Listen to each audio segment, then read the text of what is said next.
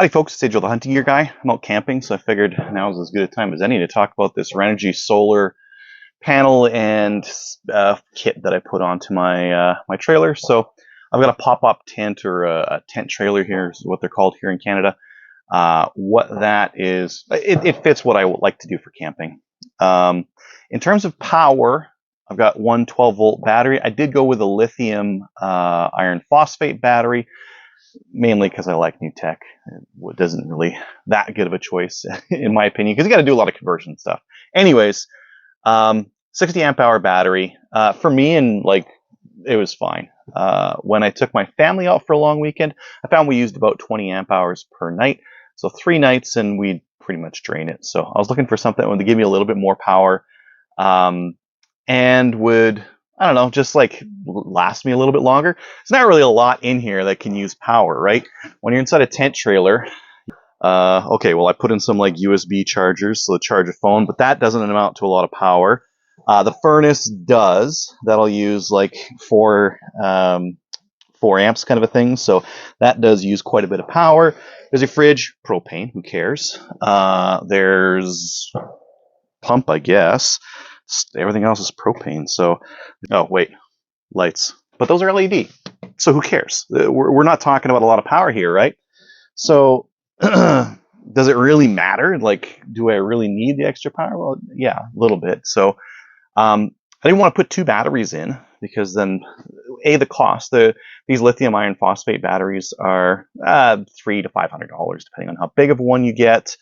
So I wanted to go solar.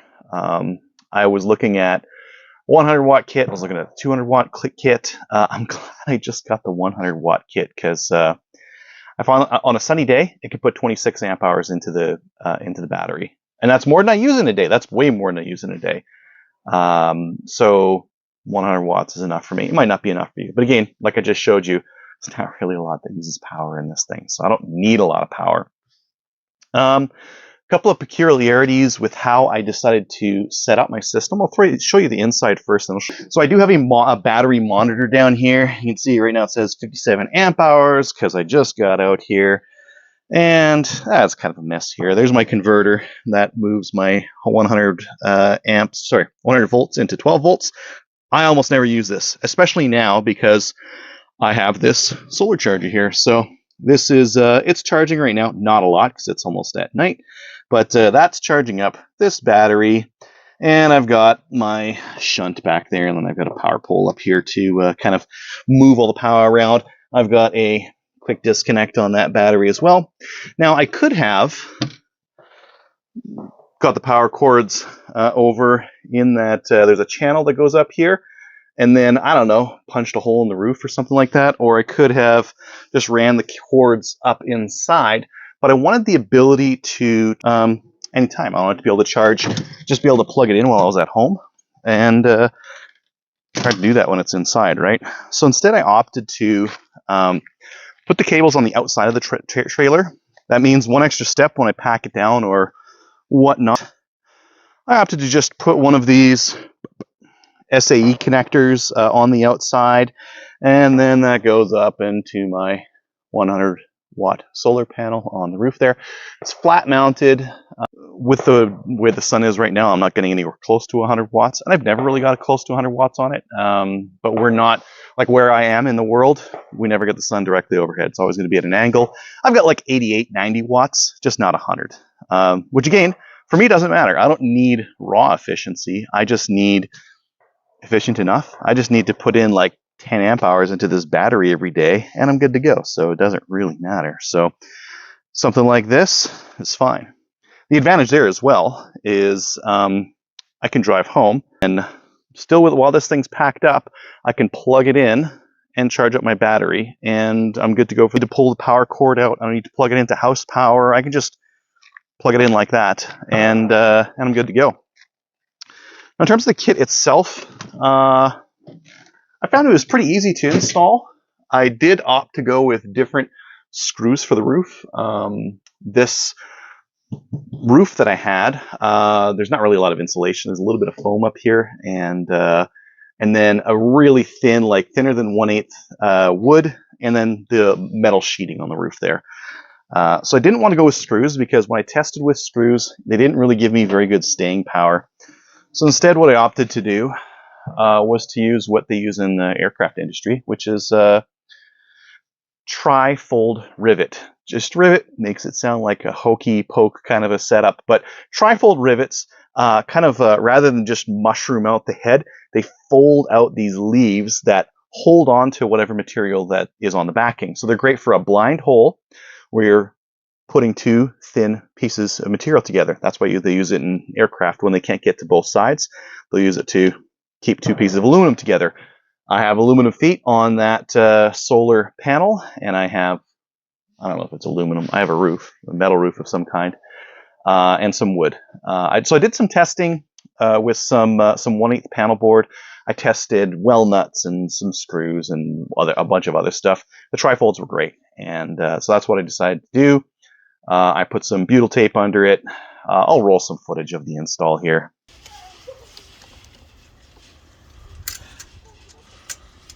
Just for anyone who doesn't do this a lot, I'm going, well, it's a bolt, so I'm going washer on this side to the material, washer on the other side, then that lock nut, and then the nut itself. And that's just because I'm going into aluminum, and that'll probably give me the most force distribution on the aluminum, right? And in terms of torque specs, I'm using the German spec of Gudentite, which should work.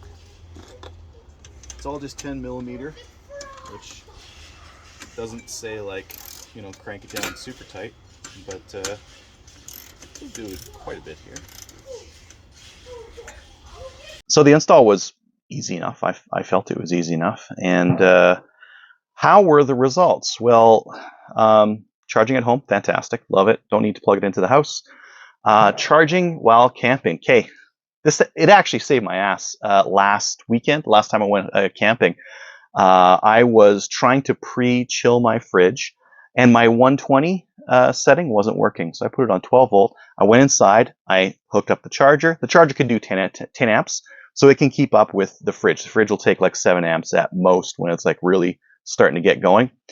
But my dog must have ran by and bumped the cord at some point, and my plug-in to my house was a little bit pulled out, and it wasn't charging. So you can guess what happened next. I showed up at where I was camping, and my battery was fully dead. So I plugged in my solar panel. This was at 5, 6 p.m. kind of a thing. And by the time I went to bed, I had lights, I had everything I really needed. So it was really nice to be able to get power from nothing with a dead battery.